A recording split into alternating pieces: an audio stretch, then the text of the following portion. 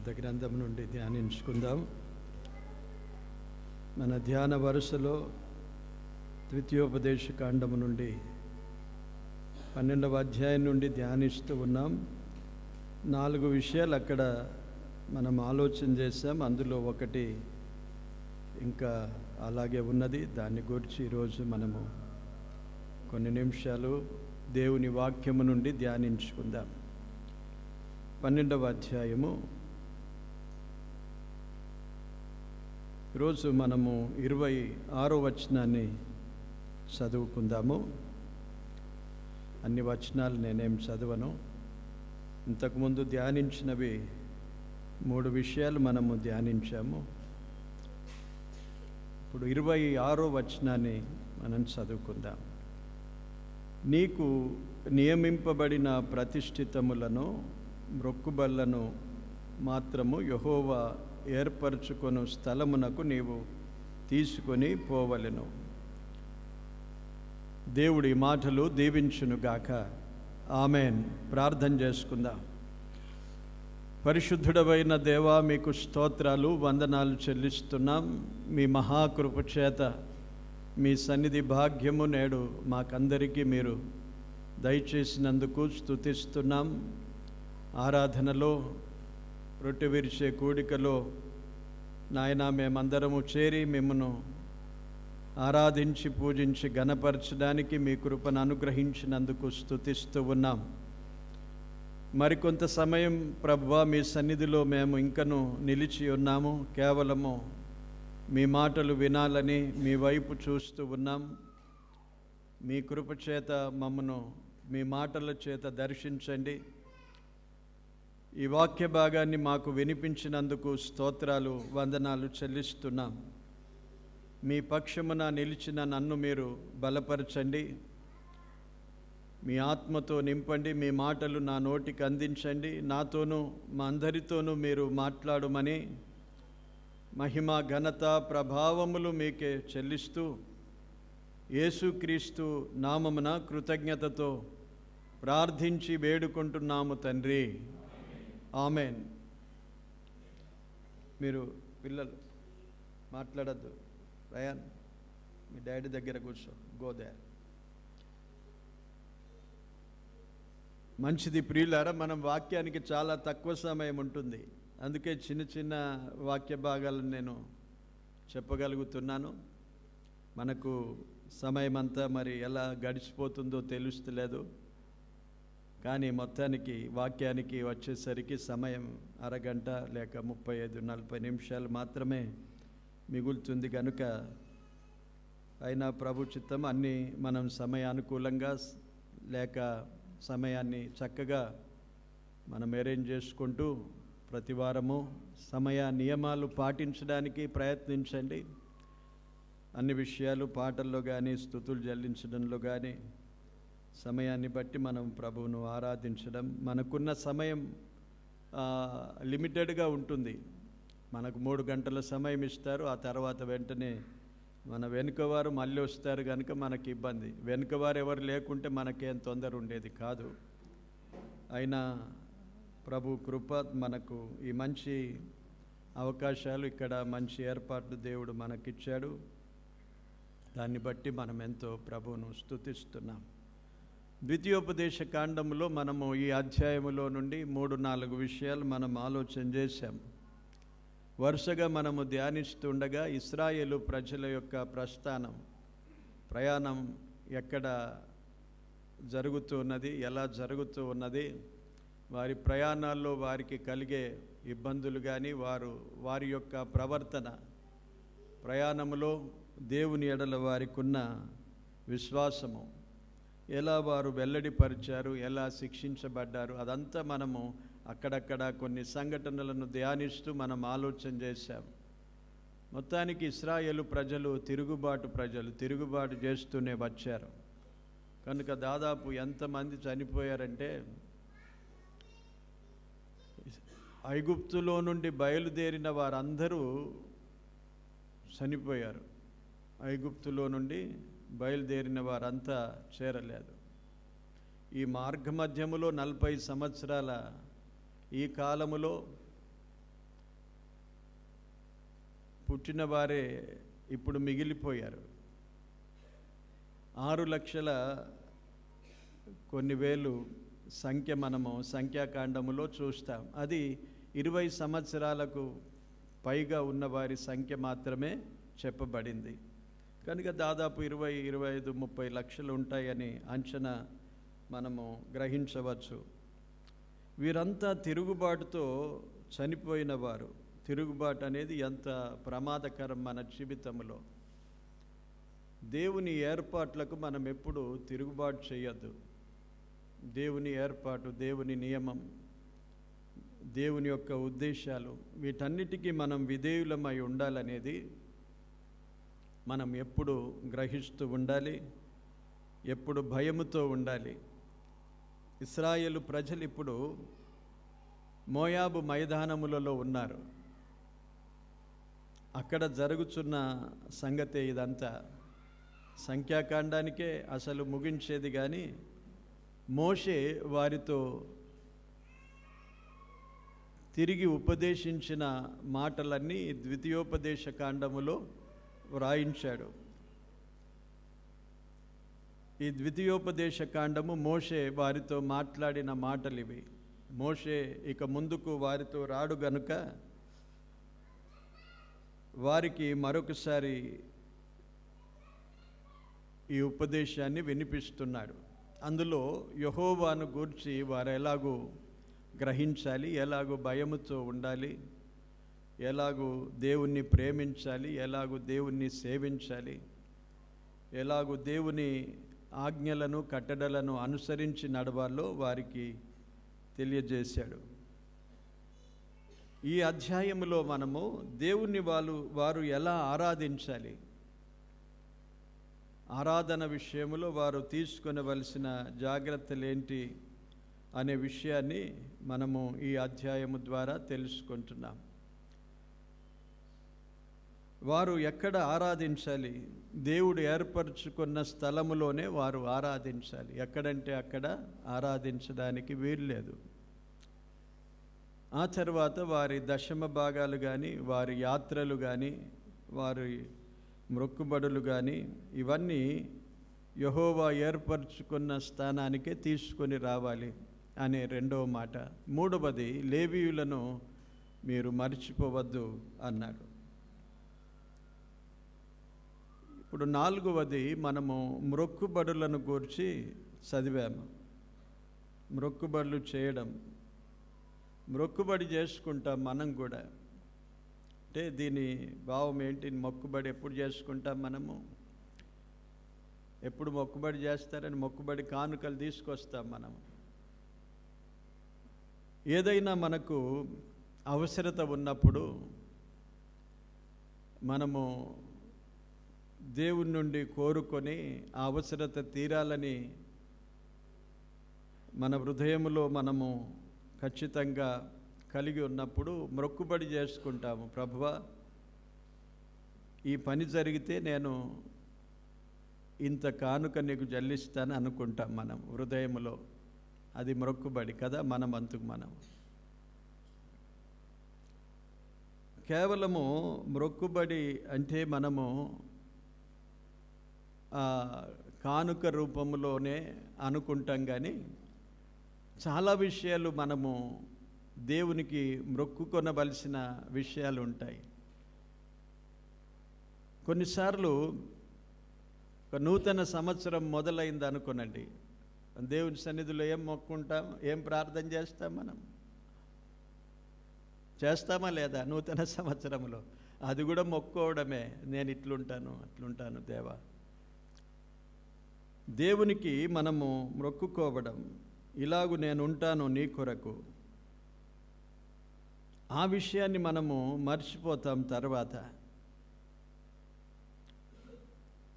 మొక్కుబడులు గూర్చి దేవుడు కొన్ని మాటలు చాలా ఖచ్చితంగా వ్రాయబడ్డాయి. కొత్త నిబంధన గ్రంథములో మొక్కుబడిని గూర్చి ఎక్కువగా ఏమి రాయబడలేదు. కానీ అపోస్తలుడైన పౌలు ఆ దినాల్లో యూదుల మధ్య, ఇశ్రాయేళ్ల మధ్య, యూదుల మధ్య ఉన్నాడు కాబట్టి తనకున్న మొక్కుబడిని చెల్లించాలని యెరూషలేములో దేవాలయములో మనకు కనిపిస్తాడు. అపోస్తలుల కార్యం 18వ అధ్యాయము 18వ వచనములో పౌలు మొక్కుబడి చెల్లించాలని పౌలు ఇంకను బహుదినములు అక్కడ ఉండిన తర్వాత సహోదరుల యొద్ద సెలవు పుచ్చుకొని తనకు మొక్కుబడి ఉన్నందున కేంక్రేయాలో తన తల వెంట్రుకలు కత్తిరించుకొని ఓడ ఎక్కి సిరియాకు బయలుదేరను. ఇది పౌలు చేసిన పనిని మనం అక్కడ మొక్కుబడిగా చూస్తున్నాం. ఇశ్రాయేళ్ల మధ్య యూదుల మధ్య ఉన్నవాడు కనుక యూదులను ప్రభు వైపు మళ్లించాలంటే ఒక చోట అపోస్తలు పౌలు ఇలాగు రాశాడు, బలహీనులకు బలహీనుడుగా ఉన్నాడు, యూదులకు యూదులుగా ఉన్నాడు. ఏ విధము చేతనైనను తన వారిని ప్రభు వైపు మళ్లించాలి అనే ఉద్దేశంతో యూదుల యొక్క కొన్ని క్రమాలను పౌలు కూడా అక్కడ జరిగించినట్లుగా మనము చూస్తాం. కనుక మొక్కుబడులను గూర్చి ఎక్కువగా నూతన నిబంధనలో క్రొత్త నిబంధనలో ఎక్కువగా రాయబడలేదు, మనము చూడం. అయినా మన హృదయములో అనుకున్నది మొక్కుబడి చేసుకున్నది దేవునికి మనము సమర్పిస్తాము, అది మంచిదే. మొక్కుబడిని కొట్టేయలేదు, ఇది తగదు అనలేదు, కానీ దాన్ని గురించి ఎక్కువగా చెప్పలేదు. కనుక మనం మొక్కుబడులు చేయకూడదు అనడానికి వీల్లేదు. చేసుకున్నా కానీ మనం ఎలా దాన్ని క్రమముగా దేవునికి చెల్లించాలి అనేదాన్ని తప్పకుండా మనము పాటించాలి. సామెతల గ్రంథములో 20వ అధ్యాయములో మొక్కుబడిని గూర్చి ఒక మాట మనం అక్కడ చదువుకుందాం. చూడండి, సామెతల గ్రంథం 20వ అధ్యాయం 25వ వచనం. వివేచింపక ప్రతిష్ఠితమని చెప్పుటయు మొక్కుకొనిన తర్వాత దానిని గూర్చి విచారించుటయు ఒకనికి ఉరి అగును అన్నాడు.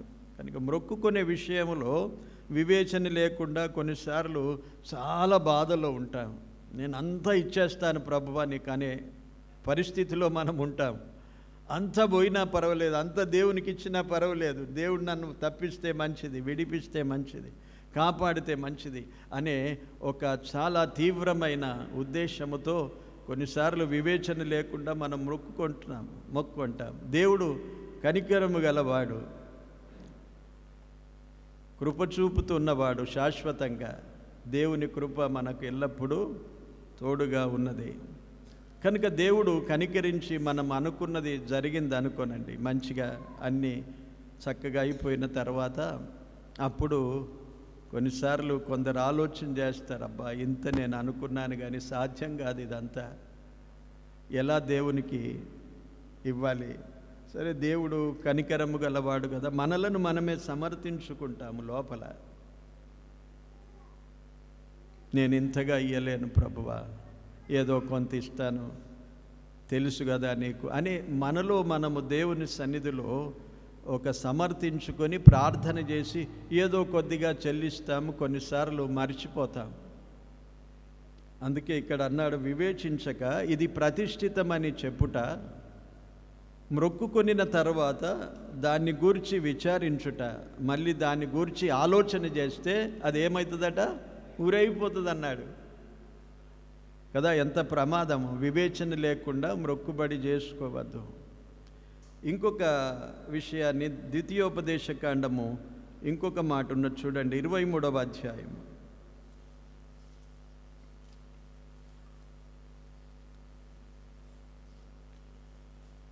23వ అధ్యాయములో 21వ వచనం చూద్దాం. నీవు నీ దేవుడైన యెహోవాకు మొక్కుకొనిన తర్వాత ఆ మొక్కుబడిని చెల్లించుటకు తడువు చేయకూడదు. నీ దేవుడైన యెహోవా తప్పక నీ వలన దానిని రాబట్టుకొనును, అది నీకు పాపమగును అన్నాడు. అక్కడ ఉరి అగును అన్నాడు, ఇక్కడ పాపమగును అన్నాడు. మరి ఏదో మొక్కుబడి చెల్లించిన మొక్కుబడి అనుకుంటాము, దాన్ని చెల్లించకుండా తడువు చేస్తాము. అంటే మళ్ళీ వచ్చేసారి చూసుకుందాం, మళ్ళీ ఒకసారి చూసుకుందాం. మొక్కుబడి చేసినావు, అంత దేవుడు కృప చూపినాడు, కనికరించాడు. సరే, వెంటనే దేవునికి మొక్కుబడి చెల్లించాలి.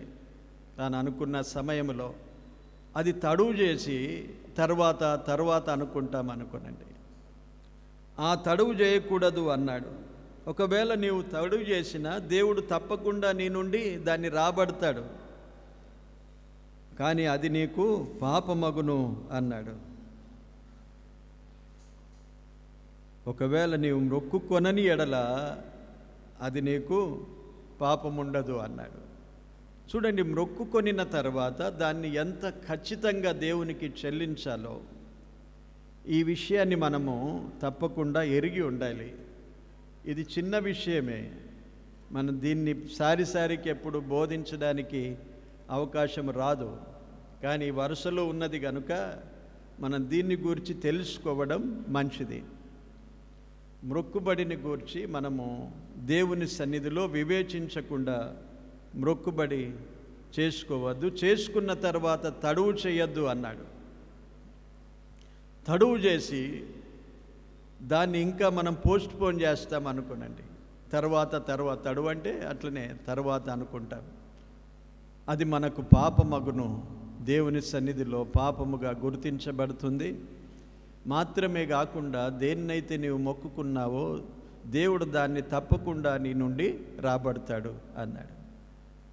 ప్రసంగి గ్రంథములో కూడా మరొక మాట ఉన్నది. ఈ సందర్భాన్ని గురించి ఒక మాట చెప్తున్నాడు. ప్రసంగి గ్రంథము 5వ అధ్యాయం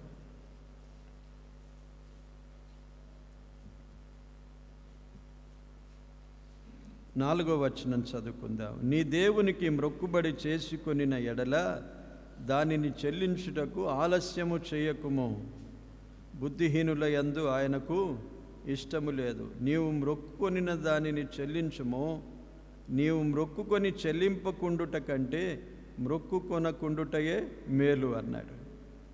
అంటే మొక్కుకొన్న తర్వాత దాన్ని తప్పకుండా చెల్లించాలి. బుద్ధిహీనుల యందు దేవునికి ఇష్టము లేదు. బుద్ధిహీనంగా మనం ఏదైనా దేవునికి మొక్కుకున్న తర్వాత దాన్ని మళ్ళీ గూర్చి ఆలోచన చేసి ఆలస్యము చేస్తే దేవునికి అది ఇష్టం ఉండదు. ఇప్పుడు 3 వాక్యాలు మనం దీని సందర్భంలో చూసాము. ఎక్కడున్నా కానీ మొక్కుబడి చేసుకున్న తర్వాత తప్పకుండా దాన్ని చెల్లించాలి. అనాలోచనగా దేన్ని మనము మొక్కుబడిగా పలకకూడదు, ప్రతిష్ఠించకూడదు అనే విషయాన్ని మనము చూస్తాం. అది ఎంతటిదైనా మన జీవితంలో అనేక విషయాలు కేవలము వస్తురూపకంగా కానీ డబ్బు రూపకంగా కానీ ఆయనకు మొక్కుకోవడం కాదు. మనం కొన్నిసార్లు మన ఆత్మీయ జీవితంలో ప్రభు కొరకు మొక్కుకోవాలి.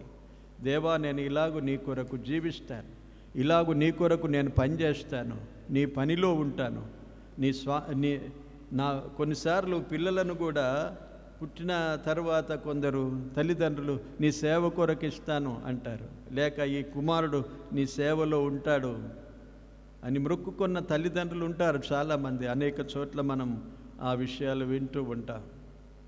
ఇలాంటివి ప్రభు కొరకు ఆత్మ సంబంధమైన విషయాల్లో కూడా మనము దేవునికి మొక్కుకున్న తర్వాత వాటిని గూర్చిన ఆలోచనతో మనము ప్రభువుకు అప్పగించుకోవాలి. అది కూడా వెనుకదీస్తే ఇలాంటి ప్రమాదాన్ని మనం ఎదుర్కొంటాం.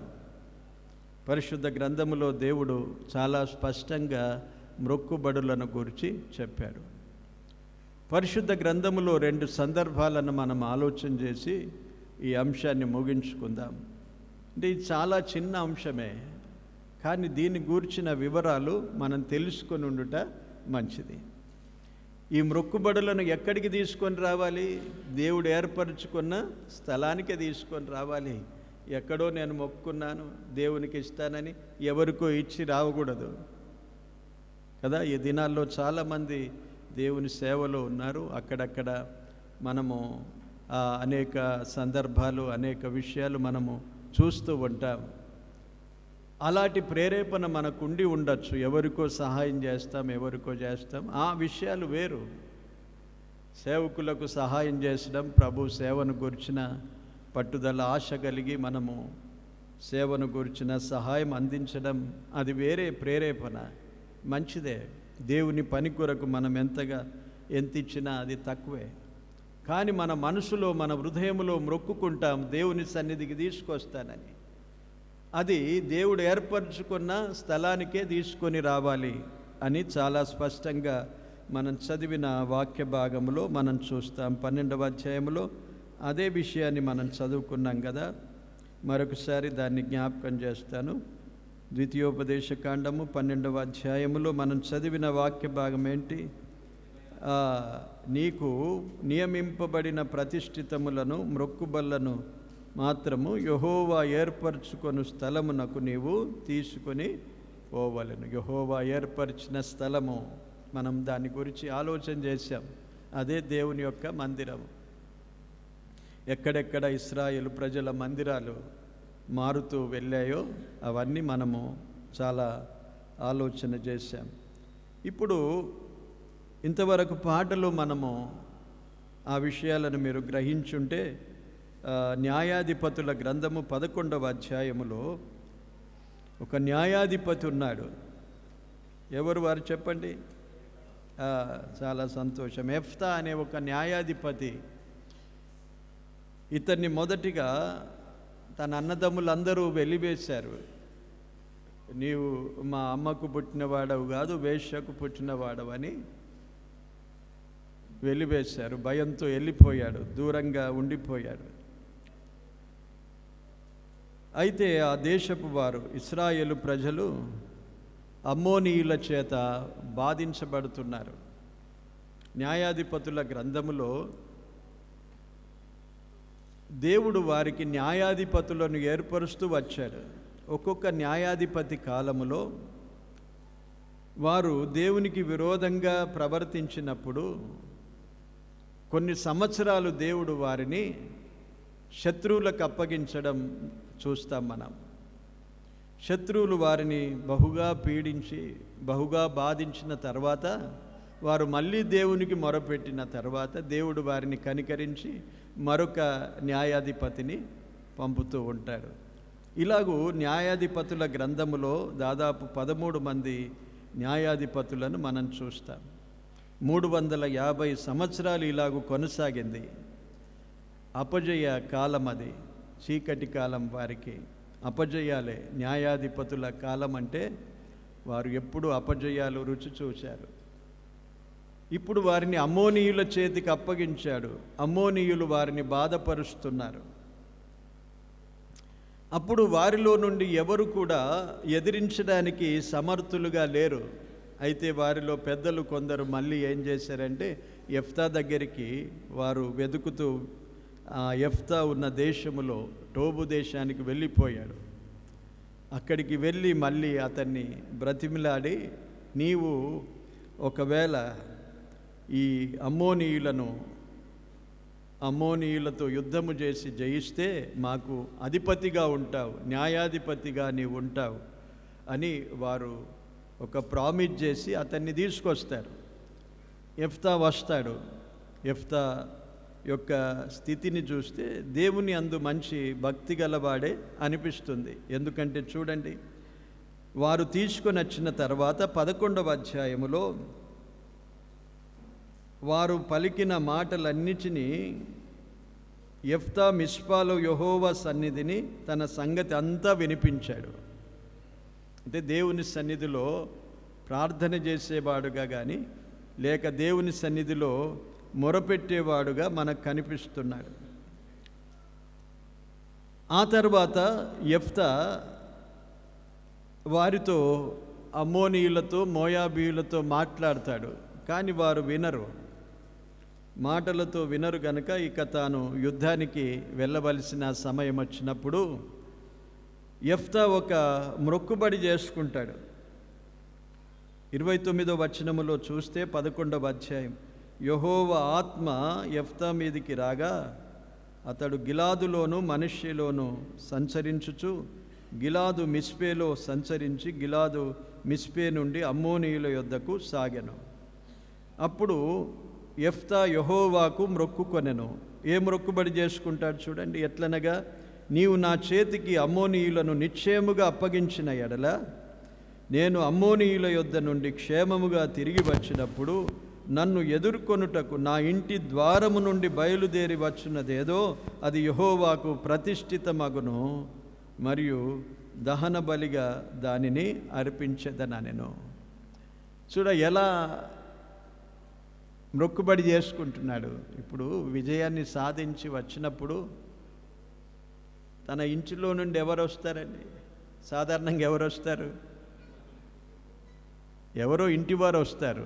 ఇంటిలో నుండి ఇంటివారే వస్తారు, తప్పకుండా వస్తారు. ఎందుకంటే విజయాన్ని సాధించినప్పుడు ఎదుర్కొని అతన్ని ఘనపరచడానికి తప్పకుండా వస్తారు. అంటే యెఫ్తా యొక్క ఈ మొక్కుబడి వివేచన లేకుండా చేసినట్లుగా అనిపిస్తుంది మనకు కదా. ఏదో నోటికి వచ్చేసింది, నా ఇంటి నుండి ఏదైతే బయటకు వస్తుందో దాన్ని నీకు సమర్పిస్తాను, ప్రతిష్ఠిస్తాను, మరియు లేక దహన బలిగా అర్పిస్తాను అన్నాడు. ఇప్పుడు దేవుడు తన కృప చేత అతనికి విజయాన్ని ఇచ్చాడు. విజయము పొందిన తర్వాత దేశస్థులందరికీ తెలిసిపోయింది విజయాన్ని దేవుడిచ్చాడు. ఇప్పుడు యెఫ్తా తిరిగి వస్తున్నాడు. తిరిగి వచ్చిన సమయంలో తన ఇంటిలో నుండి తన కుమార్తెనే బయటకు వచ్చేసింది. కుమార్తె తంబురులతోనూ నాట్యముతోనూ అతన్ని ఎదుర్కోవడానికి సంతోషంగా బయటకు వస్తూ ఉన్నది. అతనికి మరో సంతానము లేదు. ఒకే ఒకటి కుమార్తె, మరొక కుమారుడు కూడా లేడు. ఇప్పుడు ఆమె బయటకు వచ్చిన తర్వాత యెఫ్తా చేసిన మొక్కుబడి అతనికి జ్ఞాపకం ఉన్నది కనుక చూడగానే తన కుమార్తెని కనిపించినప్పుడు ఎంత బాధపడ్డాడు. అతడు సంతోషంగా ఉండవలసిన వాడు బట్టలు చింపుకొని 35వ వచనంలో చూడండి, అయ్యో నా కుమారి, నీవు నన్ను బహుగా కృంగజేస్తివి, నీవు నన్ను తల్లడింపజేయి వారిలో ఒకటివై ఉన్నావు అన్నాడు. ఆమె ఎంతో సంతోషంగా ఎదుర్కోవడానికి వస్తే ఈయన ఏ బట్టలు చింపుకున్నాడు, ఆమెను గూర్చి ఇలా తల్లడింపజేయి వారిలో ఒకటివై ఉన్నావు అన్నాడు.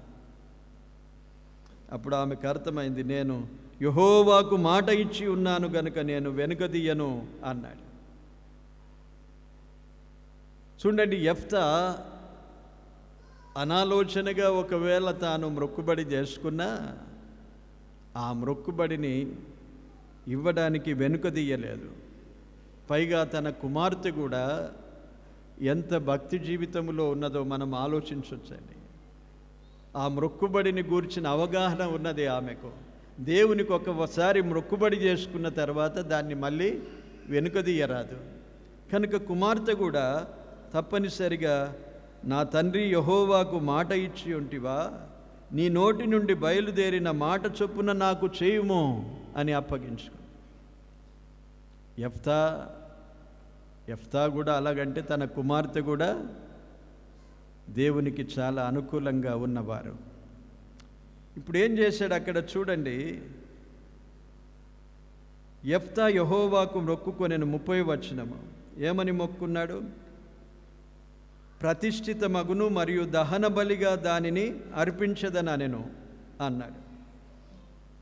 ఆ ప్రకారంగానే 39వ వచనములో ఆ 2 నెలల అంతమున ఆమె తన తండ్రి యొద్దకు తిరిగి రాగా అతడు తాను మొక్కుకొనిన మొక్కుబడి చొప్పున ఆమెకు చేసెను అని చూస్తున్నా. 2 నెలల గడువు అడుక్కున్నది.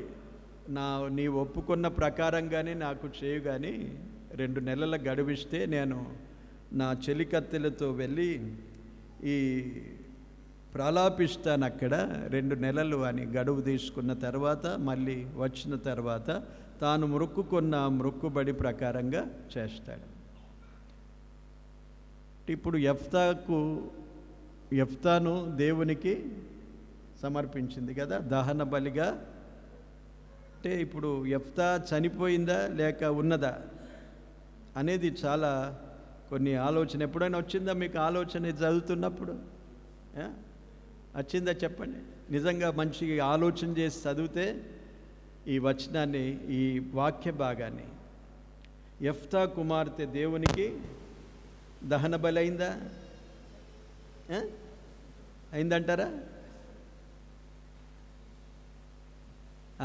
దేవునికి దేవుడు బలులు కోరేవాడు కాదు కదా, నేను బలిని కోరువాడను కాదు. పాత నిబంధనలు చెప్పాడు, నేను బలిని కోరువాడను కాదు. మానవ యొక్క బలిని కోరేవాడు కాదు. గమనించాలి, ఇక్కడ దేవుడు ఇక్కడ ఒక పొరపాటు చేస్తాను. చదివేటప్పుడు కూడా అక్కడే మనకు చాలా స్పష్టంగా ఉన్నది. మరియు అన్న దగ్గర ఒక అంకె పెట్టాడు, ఒకటి లేదా అని ఉన్నది. అంటే ఆర్ కదా, ప్రతిష్ఠితము లేక దహన బలి అన్నాడు. మొత్తానికి దేవునికి ఆ విధంగా ప్రతిష్ఠించాడు. ఇప్పుడు దేవుడు దహన బలి కోరేవాడు కాదు. మానవుల బలి దేవునికి అవసరం లేదు. ఇస్సాకును బలిగా కోరుకున్నాడు కానీ బలి చేయనీయలేదు. ఎందుకు దేవుడు బలులను కోరడు అనే విషయాన్ని మనము ఒక 2 వచనాలు చూద్దాం. చూడండి, ఇది కొన్నిసార్లు చాలా పొరపాటుగా ఆలోచించడం జరుగుతుంది. 12వ అధ్యాయములోనే 31వ వచనములో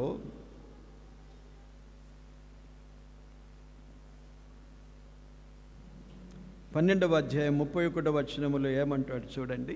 తమ దేవతలకు వారు చేసినట్లు నీవు నీ దేవుడైన యెహోవాను గూర్చి చేయవలదు అన్నాడు. వారు అంటే ఎవరు? అన్యజనులు అనుకుందాం. వారంటే ఇక వేరే వారు లేదు, అన్యజనులే. ఇశ్రాయేలు గాక వేరే వారు, విగ్రహారాధికులు, ఇతర దేవతలను కొలిచేవారు. వారు తమ దేవతలకు వారు చేసినట్లు నీ దేవుడైన యెహోవాను గూర్చి నీవు చేయొద్దు అన్నాడు. వారు ఏం చేశారు చూడండి. వారు ఏం చేశారంటే కింది భాగములో, వారు తమ దేవతల పేరట తమ కుమారులను తమ కుమార్తెలను అగ్నిహోత్రములో కాల్చివేయుదురు కదా అన్నాడు. వారేం చేస్తారు? కుమారులను కుమార్తెలను అగ్నిలో దహించేస్తారు. కానీ ఇక్కడ దేవుడు ఏమన్నాడు చూడండి, వారు చేసినట్లుగా నీవు నీ దేవుడైన యెహోవాకు చేయకూడదు అన్నాడు. దేవుడు దాన్ని ఒప్పుకోలేదు. కనుక దేవుడు ఈ వాక్యాన్ని చాలా జ్ఞాపకం ఉంచుకోవాలి. దీనికి రెఫరెన్స్గా కొన్నిసార్లు కొందరు వాదించేవారు ఉంటారు, లేదు దహన బలిగా అర్పించాడు యెఫ్తా. లేక మనలోనే కొన్నిసార్లు ఈ ఆలోచన బలంగా ఉండిపోతుంది. దహన బలి అన్నాడు కదా, దహన బలిగా చెప్పిన మాట నెరవేర్చాడు. కానీ దహన బలిగా దేవుడు అంగీకరించలేదు, ప్రతిష్ఠించాడు. ప్రతిష్ఠించడం అంటే దేవునికి అప్పగించడం. బహుశా యెఫ్తా కుమార్తె దేవుని సన్నిధిలోనే ఉండిపోయింది. దేవుని కొరకే ప్రతిష్ఠితమైంది. దేవుని కొరకే జీవించే జీవితాన్ని తాను కలిగి ఉన్నది. కనుక యెఫ్తా చేసిన ఈ మ్రొక్కుబడి అతనికి చాలా ఒక పరీక్షగా నిలిచిపోయింది. తానెవరినో ఏదో ఒక వస్తువును కానీ, ఏదో ఒక డబ్బును కానీ, ఐశ్వర్యం కానీ, బంగారం కానీ ఏదైనా నీకు సమర్పిస్తాను అనలేదు. ఏదైనా పశువులు కానీ సమర్పిస్తాను అనలేదు. కానీ ఏదైతే బయటకు వస్తుందో అన్నప్పుడు, తన కుమార్తెనే బయటకు వచ్చినప్పుడు అలాగూ దేవునికి ప్రతిష్ఠించడానికి వెనుక తీయలేదు. యెఫ్తా యొక్క సాక్ష్యము మనము ఇంతవరకు పాటలో కూడా విన్నాం. మరొకరు మనకు చాలా తెలిసిన వారు మ్రొక్కుబడి చేసుకున్నారు. ఎవరు చెప్పండి? అన్న కదా, అన్న మ్రొక్కుబడి చేసుకున్నది. ఇవన్నీ జ్ఞాపకం ఉండాలి. డైలీ మనము వాక్యము ధ్యానించే వారమైతే, వాక్యమందు వినుట యందు చాలా శ్రద్ధ కలిగిన వారమైతే ఇవన్నీ చాలా కంటతగా ఇన్స్టెంట్లీ మనం చెప్పగలగాలి. మరొకరు మ్రొక్కుబడి చేసుకున్నవారు అన్న తన కుమారుణ్ణి. ఈమె కూడా చాలా కాలము గొడ్రాలుగా ఉండిపోయింది. పిల్లలు లేరు. సారిసారికి దేవుని మందిరానికి వెళ్ళినప్పుడు ఆమెకు తన వైరి పెనిన్నాతో చాలా అవమానం జరిగేది. ఆమె చాలా బాధించేది, చాలా దుఃఖపడేది. ఒకసారి వెళ్ళినప్పుడు ఆమె దేవుని సన్నిధిలో బహుగా ప్రార్థన చేస్తూ ఒక మ్రొక్కుబడి చేసుకున్నది. నాకు మగబిడ్డను, పర్టికులర్గా ఆమె కోరిక చూడండి. 11వ వచనం, 1వ అధ్యాయం సమూయేలు మొదటి గ్రంథం మధ్య భాగములో ఉన్నది. నీ సేవకురాలైన నాకు మగపిల్లను దయచేసిన ఎడల వాని తల మీదికి క్షౌరపు కత్తి ఎన్నటికి రానియక వాడు బ్రతుకు దినములన్నిటను నేను వానిని యెహోవాకు నీకు అప్పగించునని మొక్కుబడి చేసుకొనెను. ఇలాగూ మొక్కుబడి చేసుకొని ప్రార్థించిన తర్వాత దేవుడు కనికరించి ఆ తర్వాత ఒక కుమారుణ్ణి అనుగ్రహిస్తాడు. ఇది మనకు తెలిసిన విషయమే. ఆ కుమారుడే సమూయేలు. ఆ సమూయేలు పాలు మరిచేదాకా తన దగ్గరే ఉంచుకొని పాలు మరిచిన తర్వాత చిన్న బాలుడు, దాదాపు పాలు మరుచు 3 సంవత్సరాలు 4 సంవత్సరాలు, ఎక్కువ 5 సంవత్సరాల బాలుడై ఉంటాడు. ఆ బాల్యమునందే దేవునికి ప్రతిష్ఠిస్తుంది. 1వ అధ్యాయం చూడండి. కాబట్టి నేను ఆ బిడ్డను యెహోవాకు ప్రతిష్ఠించుచున్నాను, తాను బ్రతుకు దినములన్నిటను వాడు యెహోవాకు ప్రతిష్ఠితుడని చెప్పెను. అప్పుడు వాడు యెహోవాకు అక్కడనే మ్రొక్కెను. అన్నా కూడా తాను మ్రొక్కుకొనిన ప్రకారంగా మళ్ళీ తనకు పిల్లలు పుడతారో లేదో తెలియదు. ఇప్పటికే గొర్రెలు ఇంతకాలము ఆ దేవుణ్ణి అడిగినప్పుడు ఒక కుమారుణ్ణి దేవుడిచ్చాడు. ఆ కుమారుణ్ణి కూడా నేను దేవునికే ప్రతిష్ఠిస్తాను అని మొక్కుబడి చేసుకున్నది. దాదాపు పాలు మరిచేదాకా తన ఒడిలోనే ప్రేమిస్తూ ఆ బిడ్డను ఎంతగా గారభంగా చూసిందో. యెహోవాను గూర్చిన సంగతులు కూడా ఆ బిడ్డకు నేర్పి ఉన్నది. అన్న చాలా గొప్ప భక్తిపరురాలు, నీ సేవకురాలును అన్నాడు. సేవకురాలను అని తనను గూర్చి సంబోధించుకు, నీ సేవకురాలనైన నన్ను అని 2-3 సార్లు వ్రాయబడింది అక్కడ. ఈమె దేవుని సన్నిధిలో మొక్కుకొనిన తర్వాత, తనకు కుమారుడు అనుగ్రహించిన తర్వాత, ఆ కుమారుని మీద ఎంత మమకారం ఉన్నా దేవునికి చేసిన ఆ మొక్కుబడిని జ్ఞాపకం ఉంచుకొని ఆ బిడ్డను దేవుని సన్నిధిలోనే విడిచిపెట్టింది. ఆ ఒక్క బిడ్డను ఇచ్చిన తర్వాత ఆమెకు దేవుడు 3 కుమారులను 2 కుమార్తెలను దేవుడిచ్చాడు. మనము మొక్కుబడి చేసుకొని దేవునికి ప్రతిష్ఠించి సమర్పిస్తే దేవుడు విడిచిపెట్టాడని మనకు ఎన్నో రెట్లుగా మనల్ని దేవుడు ఆశీర్వదిస్తాడు. కానీ ఆమె హృదయాన్ని చూడండి. అన్నా యొక్క హృదయం, తన కుమారుని మళ్ళీ సంతానము వస్తుందో లేదో తెలియదు, కానీ ఆ ఒక్క కుమారుని కలిగి ఉన్నాననే సంతృప్తి ఆమెకు కలిగి ఉండడం, అదే చాలనుకున్నది. ఆ కుమారుని దేవుని సన్నిధిలో విడిచిపెట్టేసింది. ఆ కుమారుడు కూడా ఆ బాల్యమందే దేవునికి అక్కడే మ్రొక్కెను అని చూస్తాం. అద్భుతమైన మొక్కుబడి చేసుకున్న తర్వాత వెనుకదీయకుండా, అది ఎంత విలువైనదైనా, చాలా కాలానికి ఒక కుమారుడు జన్మించాడు అడిగినట్లుగా, కానీ ఎంతో విలువ కదా అది. మనం ఒకే ఒక కుమారుడు, ఒకే ఒక సంతానం ఉంటే ఎంత ఇది చేస్తామండి. పిల్లలను చాలా గారాబంగా పెంచుతాం. అంతేకాకుండా వారికి ఏమీ జరగకుండా ఎంతో సంరక్షిస్తాము, కాపాడగోరుతాం. వారు ఏదంటే అది మనం ఒప్పుకుంటాం. దేవుని సన్నిధికి కూడా నేను రానంటే ఒప్పుకుంటాం, పర్వాలేదు అనుకుంటాం. అంతగా ప్రేమిస్తాం మనం. కానీ దేవుడిచ్చిన సంతానము, దేవుడు తన కోరికను నెరవేర్చాడు గనుక తప్పకుండా ఆ మొక్కుబడిని చెల్లించుకున్నది. ఆ మొక్కుబడి చెల్లించిన ఆ కుమారుడు ఎంతగా ఎదిగిపోయాడంటే, సమూయేలును దేవుడు ఒక ప్రవక్తగా వాడుకున్నాడు, ఒక న్యాయాధిపతిగా వాడుకున్నాడు, దీర్ఘదర్శిగా వాడుకున్నాడు. చాలా గొప్పగా సమూయేలు ఒక ప్రవక్తగా కూడా దేవుడు అతన్ని వాడుకున్నాడు. మొక్కుబడి విషయములో ఎంత విలువైనదైనా దాన్ని గూర్చి మళ్ళీ ఆలోచన చేయొద్దు. మనం ఒప్పుకున్న తర్వాత అది మన సబ్జెక్ట్. మనము వీరికి ఎంత విలువైన, యెఫ్తాకు ఒకే ఒక కుమార్తె, అన్నాకు కూడా ఒకే ఒక కుమారుడు, అయినా దేవునికి ఇవ్వడానికి వారు వెనుకదీయలేదు.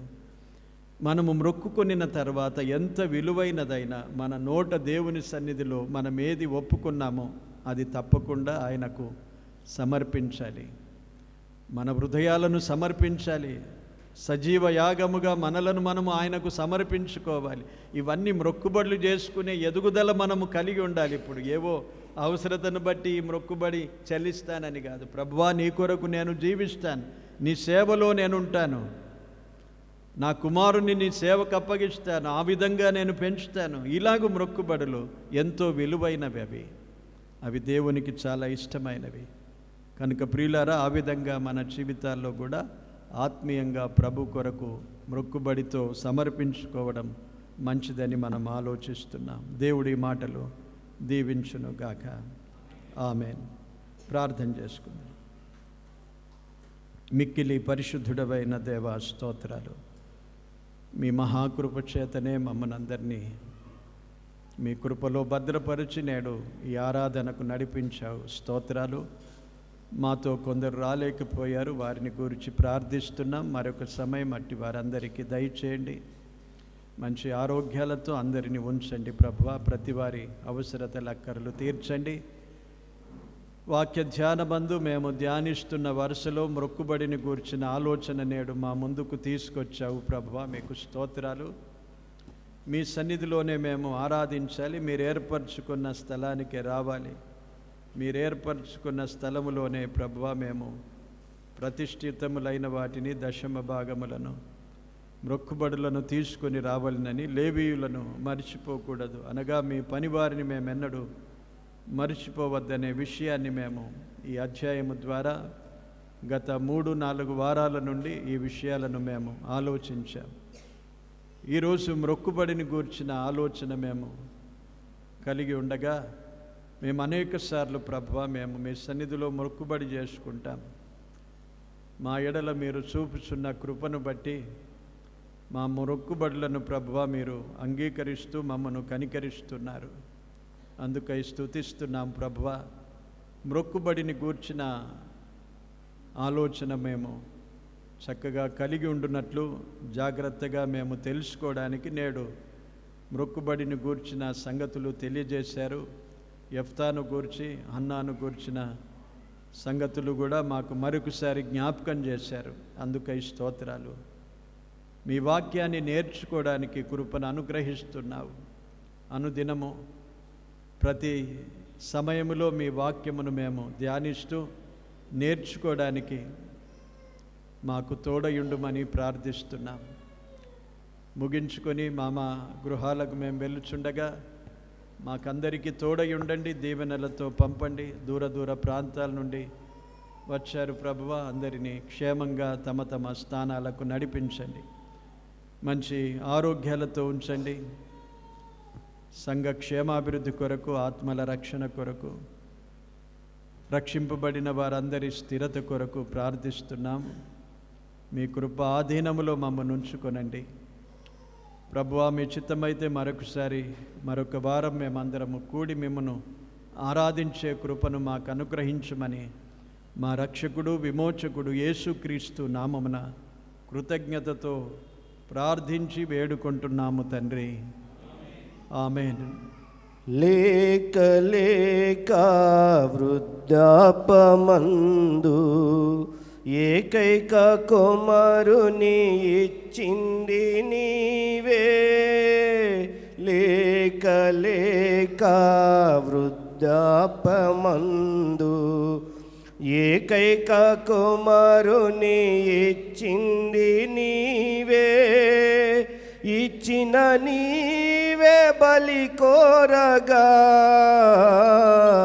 ఇచ్చిన నీవే బలి కోరగా, తెచ్చి నీకర్పించిన అబ్రహాములా నేనేమైనా ప్రభువా నిన్ను స్తుతిస్తాను. నాకేమున్నా ప్రభువా నీకర్పిస్తాను. నేనేమైనా ప్రభువా నిన్ను స్తుతిస్తాను.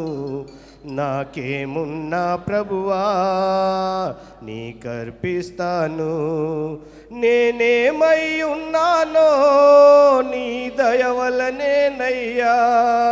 నేనేమై ఉన్నానో నీ దయ వలనేనయ్యా. నీవేనయ్యా, నాకున్నవన్నీయు నీవిచ్చినవేనయ్యా, నాకున్నవన్నీయు నీవిచ్చినవేనయ్యా.